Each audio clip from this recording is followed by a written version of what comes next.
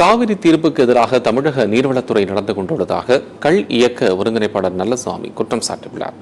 கரூரில் செய்தியாளர்களை சந்தித்த அவர் இந்த ஆண்டு 3 லட்சம் ஏக்கருக்கு மட்டுமே தண்ணீர் திறந்துவிடப்பட்டதாக குறிப்பிட்டார். முதலாளிகளிடம் பணம் பெற்றுக் கொண்டு சாயப்பட்டறை, தோல் தொழிற்சாலை உள்ளிட்ட பகுதிகளுக்கு மட்டும் தண்ணீர் திறக்கப்பட்டு வருவதாகவும் அவர் கூறினார். தொடர்ந்து பேசிய நல்லசாமி தமிழகத்தில் கள்ளுக்கான தடையை உடனடியாக நீக்க வேண்டும் எனவும் வலியுறுத்தினார்.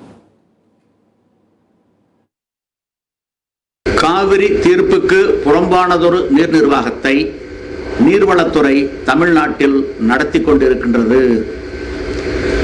தீர்ப்புப்படி அனைத்து பாசனங்களுக்கும் ஒரு போகம் உத்தரவாதம் கொடுத்த பிறகே 2வது போகத்திற்கு தண்ணீர் திறக்கப்பட வேண்டும். நடப்பு ஆண்டில் பருவமழை குறைந்து போனது. காவிரி டெல்டா மாவட்டங்களுக்கு 15 லட்சம் ஏக்கரில் தண்ணீர் இதுவரை விடப்படவில்லை.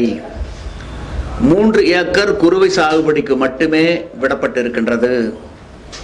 மேட்டூர் வலதுகரை இடதுகரை பாசனங்களுக்கு இதுவரை தண்ணீர் திறக்கப்படவில்லை. கீழ்பவானி பாசனத்தில் 2வது போகத்திற்கு இன்னும் தண்ணீர் திறக்கப்படவில்லை. இந்த நிலையில் ஏற்கனவே ஒரு போகம் பாய்ந்து முடிந்த கொடிவேரி பாசனத்திற்கும் காளிங்கராயன் பாசனத்திற்கும் 2வது போகத்திற்கு தண்ணீர் திறக்கப்பட்டிருக்கின்றது.